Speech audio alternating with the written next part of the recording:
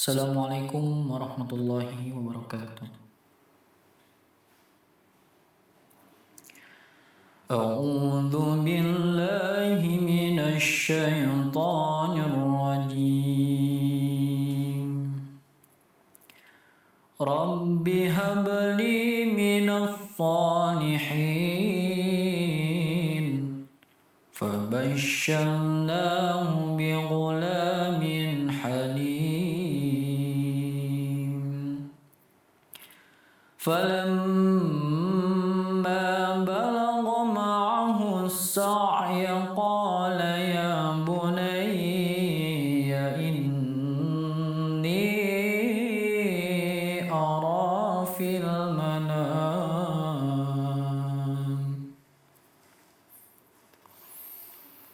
قال يا بني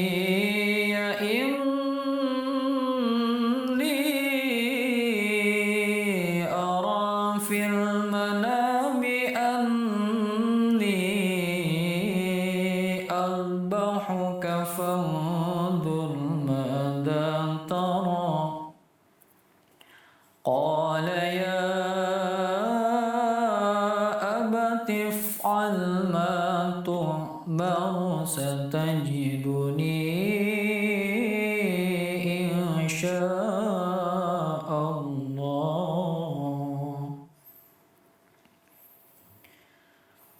قال يا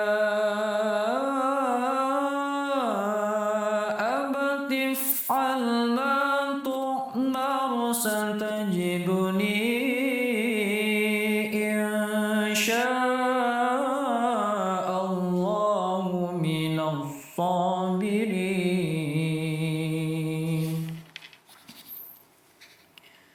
فلما أسلما وتله للجبين وناديناه أن يا إبراهيم قد صدقت الرؤيا إنا كذلك نجزي المحسنين إن هذا لهو البلاء المبين وفديناه بذبح عظيم وتركنا عليه في الآخرين سلام على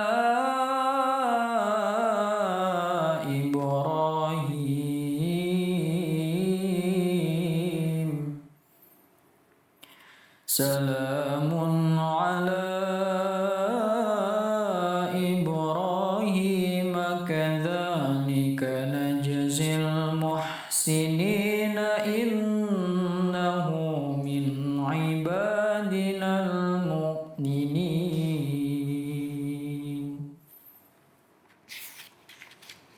Artinya, aku berlindung pada Allah dari godaan syaitan yang terkutuk.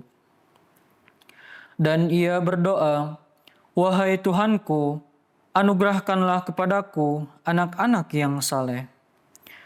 Maka kami memberi kabar suka kepadanya tentang seorang anak laki-laki yang lembut hatinya. Maka ketika anak itu telah cukup usia untuk bekerja bersamanya, ia berkata, wahai anakku, sesungguhnya aku melihat dalam mimpi bahwa aku menyembelihmu sebagai kurban. Maka pikirkan apa pendapatmu? Ia menjawab, wahai ayahku, kerjakanlah apa yang telah diperintahkan kepada engkau. Insya Allah, engkau akan mendapatiku termasuk orang-orang yang sabar dalam keyakinanku. Dan ketika keduanya telah berserah diri terhadap kehendak Allah, dan ia Ibrahim telah menelungkupkan putranya pada dahinya, Maka kami berseru kepadanya, "Wahai Ibrahim, sungguh engkau telah menyempurnakan mimpi itu. Sesungguhnya demikianlah kami memberi ganjaran kepada orang-orang yang berbuat kebaikan. Sesungguhnya ini adalah suatu ujian yang nyata. Dan kami telah menebusnya dengan pengorbanan yang besar. Dan kami tinggalkan nama baik baginya di antara generasi yang akan datang.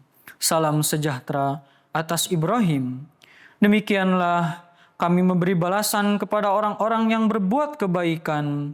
Sesungguhnya ia dari antara hamba-hamba kami yang beriman."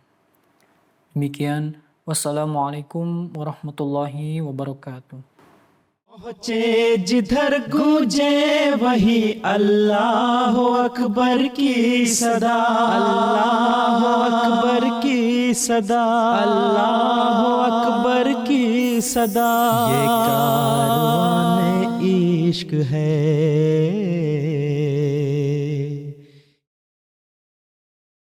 Bismillahirrahmanirrahim. Assalamualaikum warahmatullahi wabarakatuh. Pemirsa setia MTA dimanapun Anda berada, Id Mubarak. Alhamdulillah kita dapat berjumpa lagi di program spesial Lebaran bersama Amir. Kali ini dalam rangka memperingati Hari Raya Idul Adha. Di program ini kita akan menggali lebih dalam tentang keistimewaan Idul Adha, sekaligus mendapatkan kesempatan untuk bertanya dengan narasumber kita yang istimewa, yaitu Maulana Mirajuddin Syahid, yaitu Amir Nasional Jemaat Ahmadiyah Indonesia. Saya Irfan Hafizur Rahman, langsung saja kita akan sapa narasumber kita, yaitu Bapak Amir Nasional. Assalamualaikum Pak Amir. Waalaikumsalam warahmatullahi wabarakatuh. Gimana Pak, sehat Pak? Alhamdulillah Id sehat. Mubarak Pak. Air Mubarak. Baik Pak Amir, jadi pertanyaan pertama yang ingin saya tanyakan kepada Bapak adalah, bisa dijelaskan secara singkat sejarah dari Idul Adha itu sendiri dan bagaimana kaitannya dengan peristiwa dari Nabi Ibrahim dan juga Nabi Ismail alaihissalam. Baiklah. Sebetulnya dasarnya adalah kitab suci Al-Quran ya, yang meriwayatkan mengenai keluarga Nabi Ibrahim alaihissalam. Ya. Nah, sebagaimana yang difirmankan oleh Allah SWT dalam surat As-Saffat, ya, yang artinya, "Ya Tuhanku, anugerahkanlah kepadaku seorang anak yang termasuk orang yang soleh. Maka kami beri kabar gembira kepadanya dengan kelahiran seorang anak yang sangat sabar, yaitu Hajat Ismail alaihissalam. Maka ketika anak itu sampai pada sanggup berusaha bersamanya, Ibrahim berkata, 'Wahai anakku, sesungguhnya aku bermimpi bahwa aku menyembelihmu. Maka pikirkanlah bagaimana pendapatmu.' Dia, Hajat Ismail, menjawab, 'Wahai Tuhanku, wahai ayahku, maaf, lakukanlah apa yang diperintahkan Allah kepadamu. Insya Allah engkau akan mendapatiku termasuk orang-orang yang sabar.' Maka ketika keduanya telah berserah diri dan dia, Hajat Ibrahim AS, membaringkan anaknya atas pelipisnya untuk melaksanakan perintah Allah, lalu kami panggil dia, 'Wahai Ibrahim, sungguh engkau telah membenarkan mimpi itu. Sungguh demikianlah kami memberi balasan kepada orang-orang yang berbuat baik.' Sesungguhnya ini benar-benar satu ujian yang nyata, dan kami tebus anak itu dengan seekor persembelihan yang besar, dan kami abadikan untuk Ibrahim pujian di kalangan orang-orang yang datang kemudian. Selamat sejahtera bagi Ibrahim, demikianlah kami memberi balasan kepada orang-orang yang berbuat baik. Sungguh dia termasuk hamba-hamba kami yang beriman." Itulah dasar kita merayakan Hari Raya Idul Adha, ya, yang menggambarkan bagaimana Allah Subhanahu wa Ta'ala, ya, telah menguji Ibrahim alaihissalam yang awalnya memang beliau tidak punya putra, ya, sudah cukup usia. Kemudian beliau menikah dengan Siti Hajar. Kemudian beliau berdoa supaya dari pernikahan itu dapat seorang putra, ya, yang soleh, ya. Dan kemudian dikabulkan oleh Allah Subhanahu wa Ta'ala dengan lahirnya Hajat Ismail alaihissalam. Kemudian dalam riwayat, diriwayatkan dalam sejarah bahwa setelah beliau lahir, Hajat Ismail lahir maksudnya, kemudian diperintahkan oleh Allah Subhanahu wa taala untuk dibawa ke suatu tempat yaitu yang dekat dengan Ka'bah ya. Tapi tempat itu adalah waktu itu dalam keadaan yang gersang ya, tidak ada makanan, tidak ada air dan sebagainya. Kemudian di sana ditinggal cukup lama. Nah, kemudian waktu itu Siti Hajar mengatakan, "Kena ya suamiku," katanya. Bagaimana kami tinggal di sini? Kenapa kami tinggal di sini? Hajar Ibrahim alaihissalam tidak bisa menjawabnya dengan kata-kata, melainkan dengan telunjuk ke atas langit. Maksudnya ini adalah perintah Allah Subhanahu wa taala. Melihat hal itu, Siti Hajar ya, itu mengatakan, kalau ini memang perintah Allah Ta'ala, tinggalkanlah kami di tempat ini. Ya. Kemudian ditinggalkan oleh Hajar Ibrahim alaihissalam cukup lama, dan setelah kembali lagi ke situ dia sudah mulai dewasa ya. Dan waktu itu ada satu mukjizat memang yang sering kita yang kita peringati maksud saya, itu waktu haji ya. Yaitu di situ ada air Zam-Zam ya. Kalau kita pergi ke Mekah, Air Zam-Zam. kita akan mendapatkan air Zam-Zam di sana. Dan itu peristiwanya adalah ketika Nabi Ismail alaihissalam ya, masih kecil, ya, masih bayi, itu kehausan, air sudah habis ya. Kakinya berontak-rontak lah. Kemudian Siti Hajar tuh lari Safa Marwah sampai 7 kali. Kemudian setelah itu malaikat memberitahukan bahwa di kakinya itu, tumitnya itu, yang di mana kaki beliau digosok-gosokkan ke tanah itu keluar air Zam-Zam. Nah, saat itulah kemudian dibikin suatu kubangan tempat air Zam-Zam, dan mulai situlah nggak lama kemudian, karena biasanya kalau ada musafir yang lewat ya mencari air itu lihat burung. Gitu. Oh, lihat burung ya, Pak? Lihat burung, ternyata kalau datang ke satu tempat yang ternyata di situ ada air, ya batu-batu turun di situ, para musafir tahu bahwa di situ ada air. Nah, kemudian itulah yang disebut air Zam-Zam. Kemudian dibuat satu perkampungan lah di situ. Nah, setelah Hajar Ismail sudah dewasa, ya, udah bisa lah, istilahnya digambarkan udah dewasa di situ. Datanglah Hajar Ibrahim alaihissalam menjenguknya. Ternyata beliau sudah besar. Kemudian setelah disuruh Hajar Ibrahim alaihissalam mimpi melihat beliau memotong atau menyembelih Hajar Ismail alaihissalam. Kemudian diceritakan mimpi ini kepada Hajar Ismail alaihissalam. Bagaimana ya anakku, katanya, aku melihat engkau, aku mau menyembelih engkau. Kata Hajar Ismail alaihissalam, silahkan, kalau ini perintah Allah Ta'ala, lakukanlah. Aku akan menjadi orang yang sabar, katanya. Maka ketika sudah menyerahkan diri Hajar Ismail alaihissalam dan sudah ditelungkupkan atau diletangkan, sudah akan dipotong, kemudian turunlah satu wahyu pada dari Allah Ta'ala pada Hajar Ismail alaihissalam, engkau telah melaksanakan mimpi yang baik, telah melaksanakannya. Maka begitu tukarkanlah dengan hewan korban yang besar. Nah, ini adalah satu ujian yang cukup besar bagi Nabi Ibrahim alaihissalam. Apakah akan melaksanakan tugas yang berat ini? Ternyata Nabi Ibrahim alaihissalam melaksanakan tugas, dan Hajar Ismail pun itu menyerahkan diri untuk dikorbankannya. Itulah dasar daripada kita memperingati Hari Raya Idul Adha itu, yaitu Hari Idul Pengorbanan. Disitulah ujian yang besar, bagaimana beliau di dalam ayat lain, beliau Hajar Ibrahim itu dikatakan Hanifan. Wa ma ana minal musyrikin. Hanifan artinya Hajar itu masih keempat. Allah Ta'ala menafsirkan dalam satu dersnya, des Quran, bahwa yang dimaksud Hanifan itu condong pada Allah Ta'ala. Memang di dunia ini kita dikasih dua pilihan oleh Allah Ta'ala. Condong pada Allah Ta'ala atau condong pada yang lain. Nah, ternyata Hajar Ibrahim alaihissalam adalah condong pada Allah Ta'ala. Tidak condong yang lain. Apapun.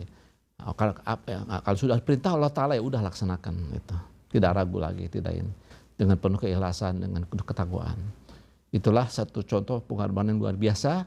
Dan luar biasanya lagi adalah, di sini kita ngambil kesimpulan bahwa pengorbanan keluarga, ya, ayah, anak, dan seorang ibunya juga tentu dengar anaknya mau dipotong kan, waduh berat banget ya. Berat lah, luar biasa beratnya ya. Bayangkan anak yang satu-satunya, yang susah payah juga melahirkannya, dengan ditinggal lagi di situ ya, di padang pasir ya, dirawatnya, udah itu harus potong lagi. Itu luar biasa ya. Nah, inilah Allah Ta'ala memperlihatkan bahwa ini Allah Ta'ala menghargai pengorbanan keluarga yang luar biasa, Kemudian Allah jadikan ini sebagai rukun haji atau rukun umroh juga, dari Safa Marwah dan pengorbanan. Iya. Inilah satu bagaimana kita ingin juga, bagaimana kita walaupun kita orang biasa ya ingin juga meniru ya kecil-kecilan lah yang dari pengorbanan tersebut dengan mewujudkan korban ya tiap tahunnya itu hari-hari Idul Adha.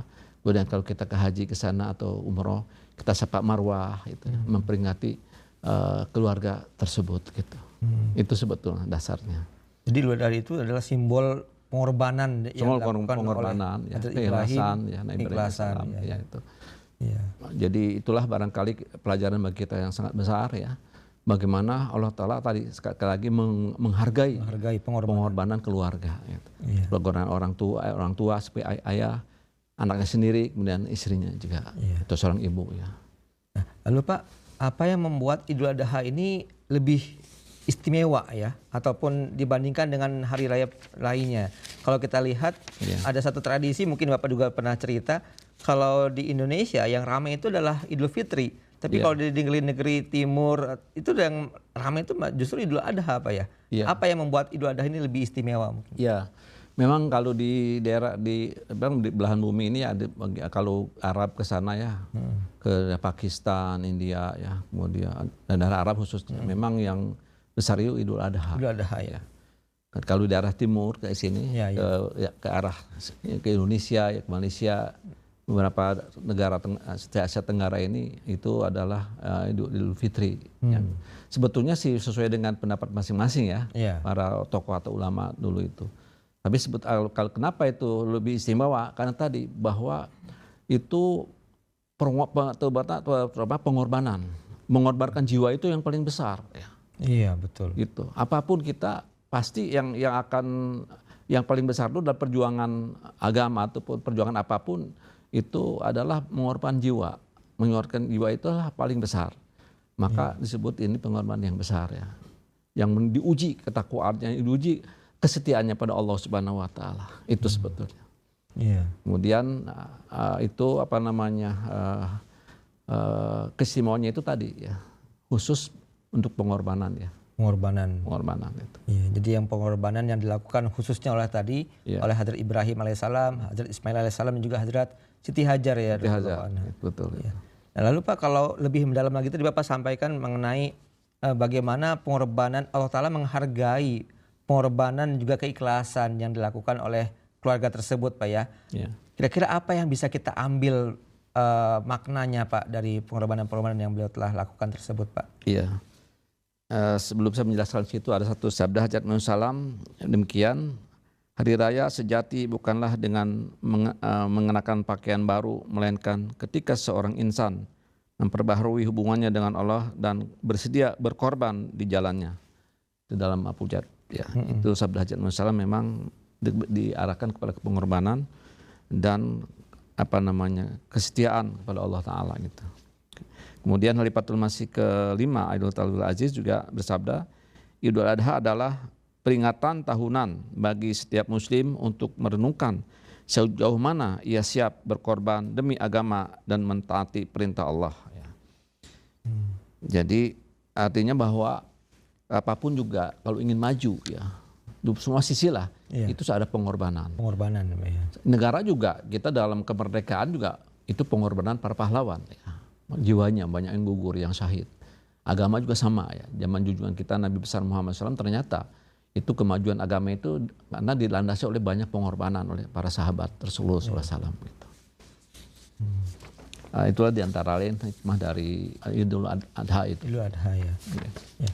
Kemudian Pak tadi kan disampaikan ketika Hadrat Ibrahim alaihissalam sudah siap untuk menyembelih Hadrat Ismail alaihissalam, kemudian Allah Ta'ala menyatakan bahwa engkau telah menyempurnakan ya takwil mimpi tersebut dan menggantikannya dengan hewan kurban. Apa hikmahnya penggantian hewan kurban tersebut dan apakah memang hewan kurban itu bisa menjadi salah satu sarana pengganti ataupun bentuk penyucian jiwa bagi kita Pak? Ya, itu sebetulnya sih dalam beberapa riwayat ya zaman dahulu kala itu orang ada pengorbanan jiwa ya untuk persembahan persembahan apa namanya ke Tuhan lah kalau Allah Ta'ala ataupun kalau kepercayaan lain, mungkin ke dewa-dewa, Ritual-ritual gitu ya, mungkin ritual ya. itu ada pengorbanan jiwa dikorbankan. Nah kemudian dalam Allah Taala kemudian mengganti dengan hewan. Itu satu simbol sebetulnya. Jadi pada dasarnya walaupun itu simbol, artinya bahwa manusia siap berkorban. Ya seperti itu ya. Untuk hal-hal tertentu, untuk di jalan Allah Taala dia harus berkorban ya. Sekalipun nyawanya harus diberikan. Yeah. Contoh tadi, suatu negara aja untuk kemerdekaan itu memerlukan pengorbanan jiwa ya. Banyak yang gugur, banyak yang pahlawan-pahlawan gugur di dalam membela negara. Demikian juga agama pun dalam membela agama, di dalam mempertahankan agama itu pun diperlukan banyak pengorbanan ya. Sampai pengorbanan jiwa. Contohnya di Pakistan bagaimana sekarang jemaat di sana banyak yang syahid ya. Karena untuk mempertahankan keimanannya ya kepada Hajat Masih Maud Salam. Demikian pula di Indonesia sampai terjadinya peristiwa Cikesik misalnya, itu pun merupakan pengorbanan yang besar ya untuk mempertahankan agama ini atau kepercayaan atau ketakwaannya pada Allah Subhanahu wa taala itu. Itu ya. Jadi artinya bahwa di samping itu juga menyembelih artinya hal-hal yang kotor ya. Disembelih hal-hal yang kotor itu jadi bersih, jadi suci itu. Suci ya. Ya, makanya haji itu juga artinya suci ya. Betul. Jadi kalau kita hal-hal yang buruk bagi kita disembelih aja itu yang buruknya gitu. Supaya jadi bersih gitu. Jadi simbol juga ya, simbol penyucian jiwa. Sebagaimana juga dalam hadis salah satu tugas Hajat Imam Mahdi alaihissalam yaqtulul khinzir. Membunuh babi. Yang babi itu artinya bukan arti babi hutan yang jahir di itu mah kita juga bisa itu mah ya. Kita kejar ya, kita buru dengan senjata, dengan panah. Tapi yang maksud adalah adat buruk. Ada seseorang yang buruk itu dengan baiat yang paling Hajat Imam alaihissalam dengan mengikut beliau, maka adat buruknya disembelih. Menjadi suci ya, menjadi fitrat, kembali kepada fitrat yang bersih gitu. Jadi salah satu makna menyembelih hewan kurban itu adalah menyembelih sifat-sifat buruk yang dalam diri kita. Ya, sehingga jadi bersih kembali. Baik. Itu dan ini tiap tahun bisa kita lakukan. Artinya setiap tahun kita muhasabah terhadap diri kita sendiri. Maka dalam tiap tahun kita akan bagi yang mampu ya kita ada uang ya, ada kemampuan untuk beli hewan korban, maka kita di situ muhasabah itu simbol ya. Jadi tiap tahun kita harus muhasabah untuk melihat kekotoran kita sembelih kekotoran yang kita bersihkan gitu. Iya, betul. Nah, terkait dengan hewan kurban Pak, secara zahirnya Pak ya. Betul. Ya, apa syarat hewan kurban yang bisa disembelih Pak ketika Idul Adha ini Pak? Idul Adha tentunya yang sehat ya, tidak cacat, tidak berumur cukup 1 tahun, kemudian pokoknya tidak cacat ya, tidak. Artinya yang sehat ya. Sehat ya. Artinya bahwa simbol kalau kita berkorban Allah Ta'ala jangan yang remeh atau jangan yang rendah sifatnya. Harus yang berharga, yang sehat. Yang banyak orang juga kadang-kadang ya mohon maaf ini orang ini bekas kita berikan aja ke masjid atau ke ini, padahal itu untuk rumah misi misalnya ya, bekas-bekas sesuatu bekas barang diberikan itu tidak baik. Memberikan pengorbanan di jalan Allah Ta'ala melalui Jumatnya itu harus yang nomor 1. Yang terbaik Pak ya. Yang terbaik. Yang di dalam Al-Quran juga dijelaskan bahwa kalau kita ingin memberikan pengorbanan harus yang terbaik pada Allah Subhanahu wa taala. Nah, lan tanalul birra hatta tunfiqu ma tuhibun gitu. Yang dicintainya gitu. Itu sebetulnya. Jadi menarik sekali poin Bapak tadi. Jadi ketika kita memberikan pengorbanan ke jemaat ataupun ke agama ini, berikan yang terbaik. Ya. Jangan yang asal-asalan. Asal-asalan gitu. Itu nilai daripada pengorbanan. Yang syarat-syarat hewan kurban harus sehat, tidak berpenyakit, tidak ini cukup umur ya dan seterusnya gitu. Lalu siapa saja Pak yang wajib berkorban Pak? Apakah semua orang bisa berkorban di hari Idul Adha ini atau ada kriteria tertentu Pak orang yang boleh berkorban? Ya memang orang berkorban satu udah balik ya, kemudian juga sehat ya, kemudian juga beriman tentunya, bertakwa pada Allah Ta'ala ya, kemudian juga mampu ya, ada kemampuannya. Walaupun tidak mampu ada niat ingin itu dengan kita ikut serta dalam sholat Id misalnya. Dalam kita ingin juga seperti itu. Jadi walaupun kita nggak menyembelih itu hewan korban ya, tapi dengan cara kita memperingati pengorbanan yang kemudian dijahitkan dengan hewan korban itu, maka kita pun ikut menyembelih itu kekotoran kita supaya disembelih kotor kita supaya bersih gitu, supaya takwa kembali pada Allah Ta'ala gitu. Jadi meskipun kita tidak ikut memberikan pengorbanan, tapi secara simbolnya kita juga ikut Pak ya, tadi Bapak muhasabah, Iya, ikut muhasabah. menyembelih sifat-sifat buruk yang ada dalam diri kita juga ya. Ya, sebagaimana yang disabdakan oleh Rasulullah juga demikian, bahwa Rasulullah bersabda, sesungguhnya Allah tidak melihat kepada rupa dan harta kalian, tetapi Dia melihat kepada hati dan amal kalian. Jadi kita secara zahir kita korban, tapi hati juga harus dibersihkan. Iya. Ya, bukan hanya zahirnya saja. Zahirnya saja. Gitu. Kemudian Rasulullah SAW bersabda, tujuan hakiki dari setiap pengorbanan adalah untuk memusnahkan berhala-berhala duniawi dalam hati dan menggantikannya dengan kecintaan kepada Allah Ta'ala. Dan jelas ya. Jadi itulah tujuan daripada kita memperingati Hari Raya Idul Adha itu. Iya. Dan pengorbanan tadi. Pengorbanan. Kemudian Khalifatul Masih juga yang kelima bersabda, ya, korban bukan hanya menyembelih hewan, tetapi latihan rohani untuk menyembelih hawa nafsu dan mensucikan jiwa agar dekat dengan Allah Ta'ala. Itu mengenai pengorbanan ini yang dijelaskan oleh para khalifah kita. Iya. Baik. Kesimpulannya adalah melalui korban seorang mukmin belajar menundukkan ego, ya. Kemudian menanamkan kepasrahan kepada kehendak Allah Ta'ala. Kemudian juga menumbuhkan empati kepada sesama. Ini kan setelah kita sembelih, kita bagikan dagingnya itu, ada juga banyak sih di negeri kita ini khususnya ya, yang jarang makan daging ya. Oh iya. Nah, dengan cara tadi minimal setahun sekali, dan udah ada kita membagikan pada orang-orang yang jarang makan daging gitu ya, khususnya juga. Itu merupakan satu empati kepada sesama gitu. Nah, benar juga Pak, ini masih nyambung dengan tadi yang Bapak sampaikan tentang pembagian hewan kurban Pak ya. Iya. Siapa saja yang berhak untuk mendapatkan daging kurban? Apakah kita sebagai yang menyembelih itu apa bisa ngambil semuanya? Atau berapa persen dari bagian kurban itu yang kita bagikan? Ya itu ya sepertiga ya. Yang misalnya kalau 4 kaki ya, jadi 1 kaki. Itu kan ada bagian kaki itu ya, 4 kaki oleh yang korban kan Pak ada 4 kaki tuh. Iya. Artinya kan berkaki 4, ya 1 kakinya itu bisa diambil untuk keluarga, untuk di rumah ya. Nah yang tiganya lagi, 3 kaki itu dengan bagian 3/4 kakinya semuanya itu ada dibagikan kepada setiap orang yang harus kita berikan gitu. Iya. Ya. Jadi tadi menumbuhkan empati tadi Pak ya, salah satu empati. maknanya ya. Iya. Betul. Baik Pak Amir, jazakumullah atas jawaban dan penjelasannya, alhamdulillah. Namun berikutnya kita punya beberapa video Pak Amir, pertanyaan yang datang dari para anggota dan juga para pemirsa di seluruh Indonesia, yang nanti mudah-mudahan Pak Amir kami mohon untuk bisa menjawab pertanyaan-pertanyaan tersebut. Mari kita simak pemirsa pertanyaan yang telah kami terima dari para pemirsa di MTA di Indonesia. Assalamualaikum Pak Amir, Id Mubarak. Saya Kasih Mabes Bahan Subuh dari cabang Banjarsari. Pak Amir mau nanya nih, kenapa Idul Adha disebut juga Lebaran Haji? Jazakumullah. Wassalamualaikum warahmatullahi wabarakatuh.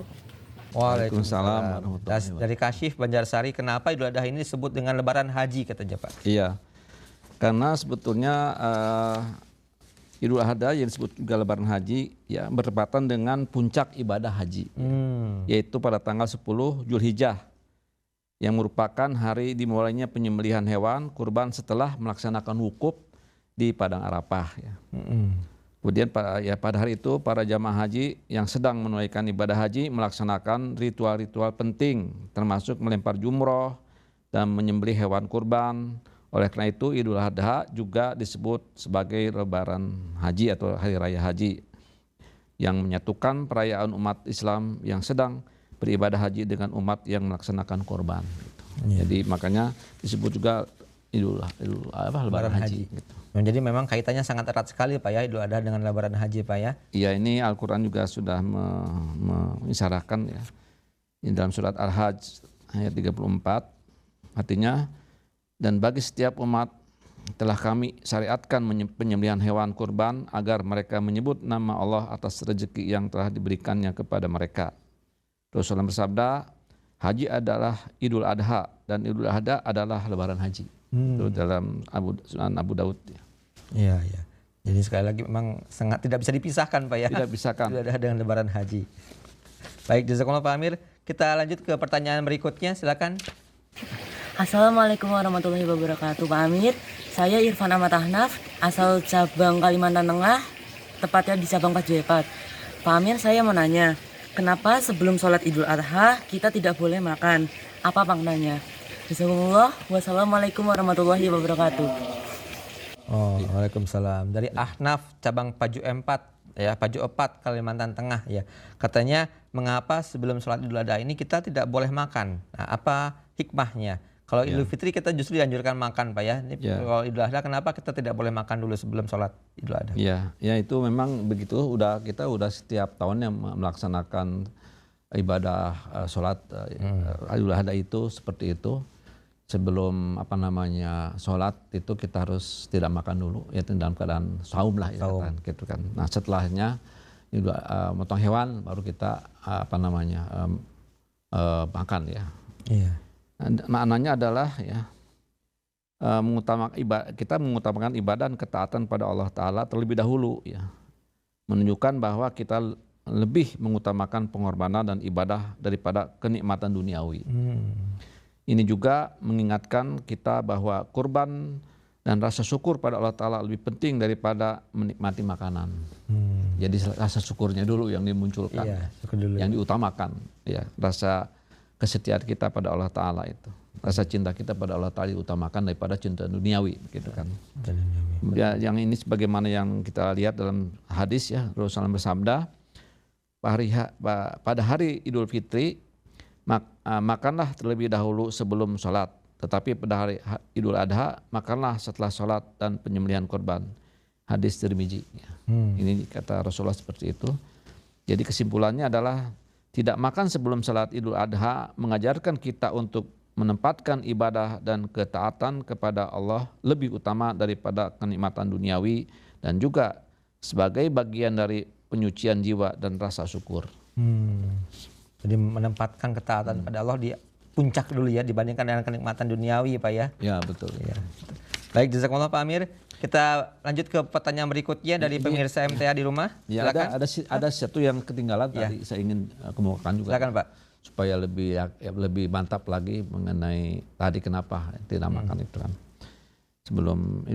Sebelum sholat atau pengorbanan. Rasulullah SAW bersabda, ya, jika seseorang berkorban, dia boleh menghadiahkan pahalanya kepada orang yang telah meninggal dan keluarganya. Ya. Kemudian Hajjat Muhammad SAW bersabda, korban yang disembelih atas nama-nama lain, baik yang masih hidup atau sudah meninggal, adalah bentuk pengorbanan untuk mendekatkan diri kepada Allah dan menunjukkan kasih sayang. Malfuzat ya. Berkorban atas nama orang lain, termasuk yang telah meninggal, sangat dianjurkan dan dapat menjadi bentuk doa dan amal jariah bagi mereka. Pahala dari korban tersebut akan sampai kepada orang yang diwakili, baik itu orang yang masih hidup atau yang masih meninggal. Jadi itu pengorbanan pentingnya kita berkorban juga bukan hanya untuk diri sendiri, juga untuk tadi yang sudah untuk nama atas orang lain juga. Gitu. Ya. Baik, jazakallah Pak Amir. Kita lanjut ke pertanyaan berikutnya, silakan. Assalamualaikum Pak Amir, saya Fazal dari cabang Lenteng Agung. Saya ingin bertanya, apakah boleh kalau misalkan saya ingin berkurban atas nama orang lain atau orang yang sudah meninggal? Jazakumullah, wassalamualaikum warahmatullahi wabarakatuh. Bisa kita atas nama orang lain, atas nama orang tua yang sudah meninggal ya.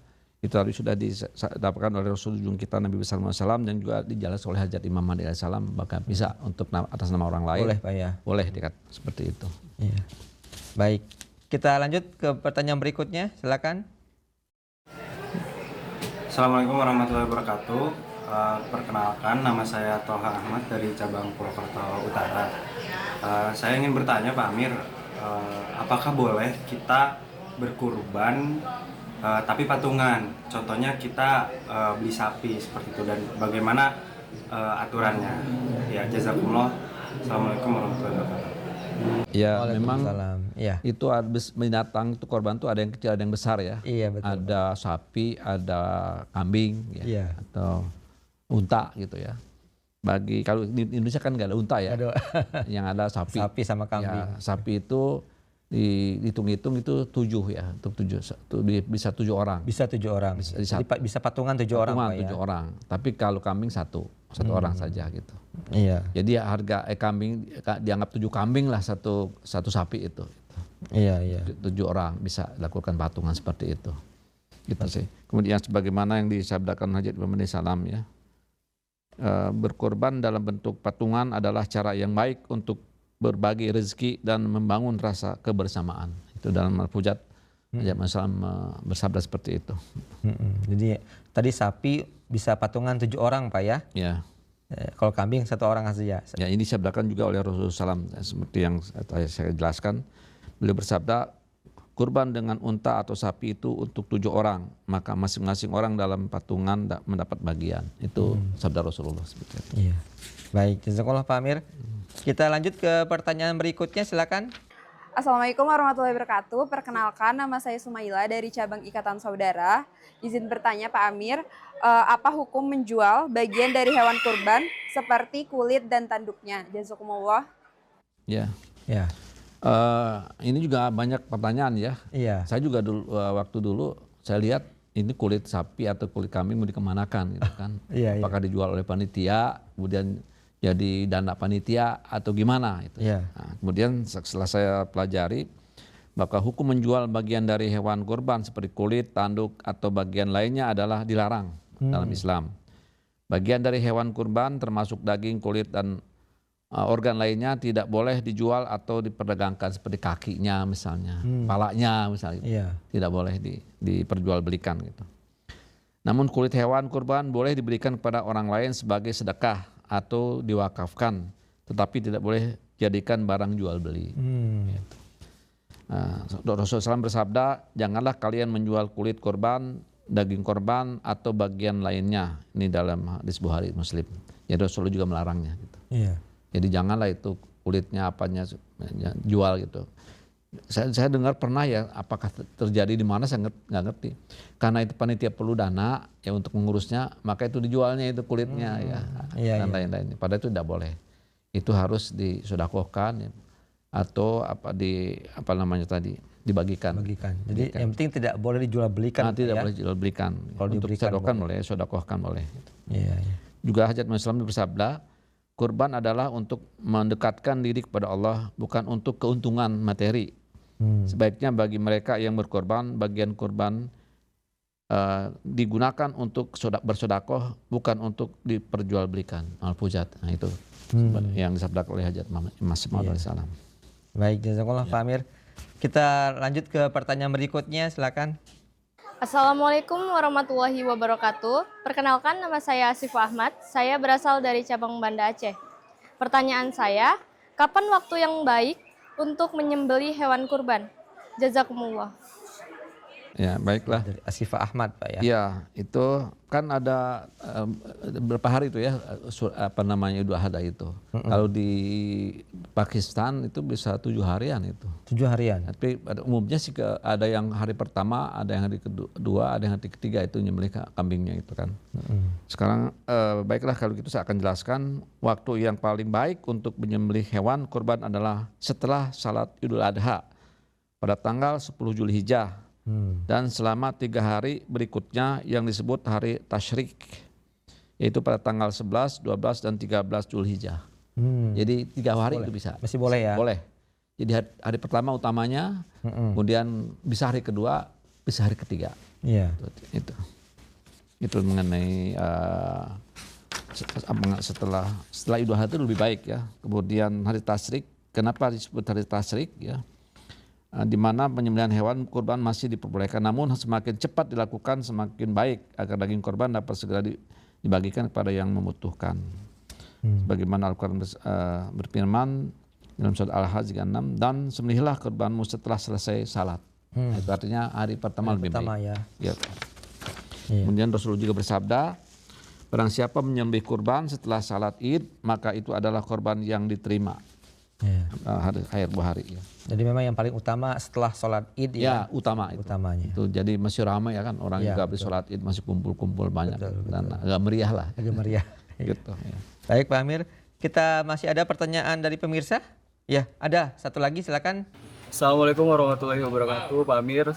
Saya izin bertanya, ada beberapa kalangan non-Muslim yang menganggap tradisi kurban sebagai hal yang kejam dan termasuk kekerasan terhadap hewan, sehingga menganggap Islam juga sebagai agama yang penuh kekerasan. Bagaimana tanggapan Islam akan hal ini? Jazakumullah Pak Amir. Ini memang kalau secara logika sih begitu ya. Betul ya. Ya, secara logika.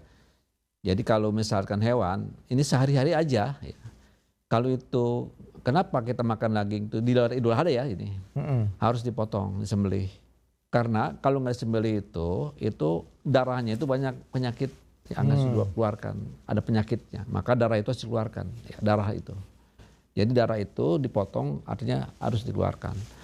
Kalau itu tidak dipotong itu seperti bangke. Jadi darahnya itu nggak keluar jadi bahan penyakit. Itu perlu dimakan. Makanya darah kan diharamkan. Minum darah, makan darah itu diharamkan. Maka darahnya itu dikeluarkan dulu. Itu sebetulnya intinya. Ya, sembelih itu adalah bukan hanya Idul Adha sebetulnya. Seharian pun kita untuk makan binatang yang kita harus makan, sembelihan itu harus disembelih. Iya. Itu ayam misalnya, ya sembelih, harus keluar darahnya, ya kambing dan lain sebagainya gitu.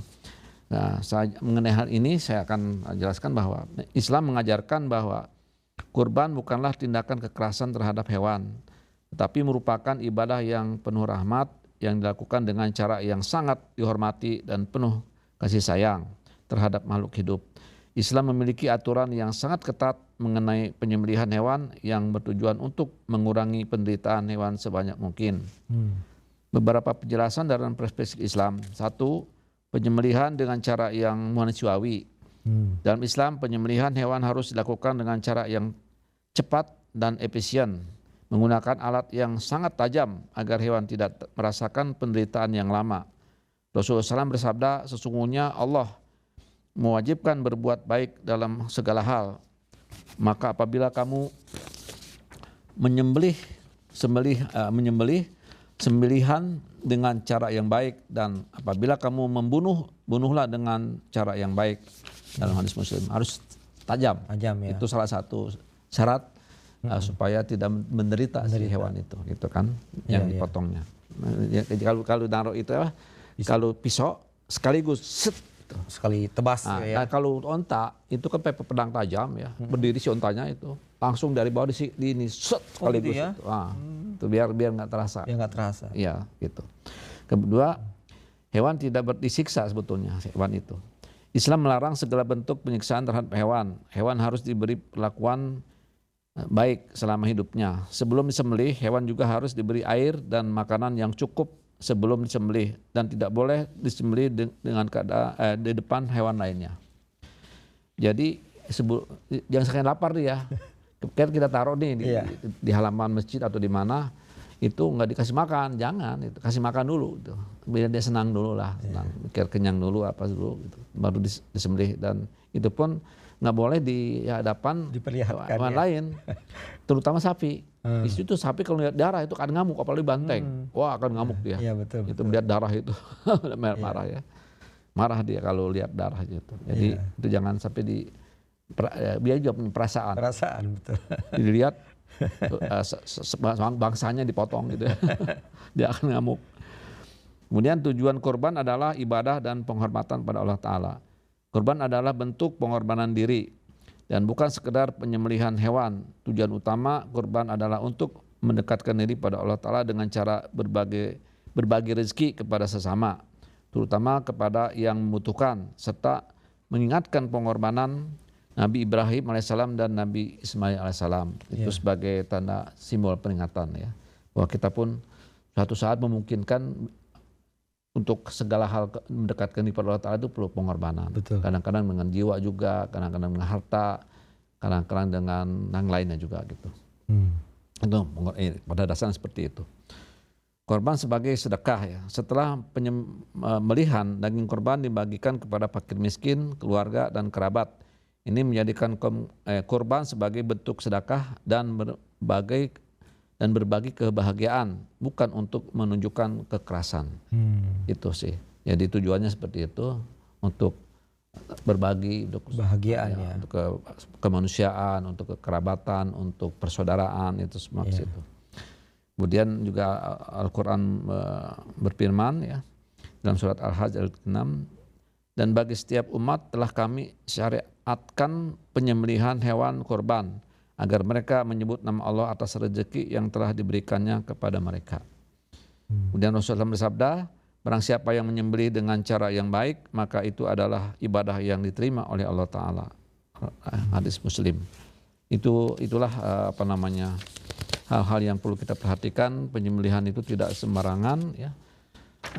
Sembelih tidak dengan alat yang tidak tajam, harus yang sangat tajam sekali gitu.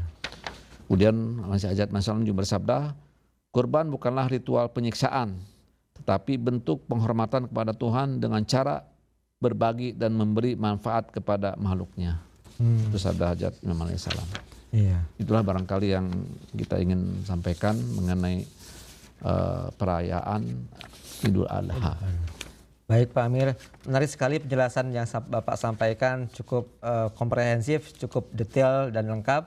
Namun sayang waktu membatasi kita, insya Allah di lain kesempatan kita akan berjumpa lagi ya Pak Amir. Sekali lagi saya sampaikan jazakumullah atas segala penjelasan-penjelasan yang telah Bapak berikan. Semoga bisa bermanfaat untuk kita semuanya. Amin. Baik pemirsa setia MTA dimanapun Anda berada, demikianlah pembahasan kita dalam program Lebaran bersama Amir spesial Idul Adha. Jangan lupa pula saksikan program-program menarik lainnya yang disajikan khusus untuk Anda, terutama khutbah Id dan khutbah Jumat dari huzur kita tercinta Hadrat Khalifatul Masih Al-Khamis Ayyadullah bin Nasir Aziz hanya di MTA Indonesia.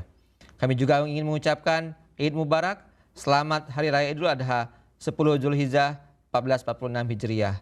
Saya Irfan Hafizur Rahman beserta kru MTA yang bertugas mohon undur diri. Wassalamualaikum warahmatullahi wabarakatuh.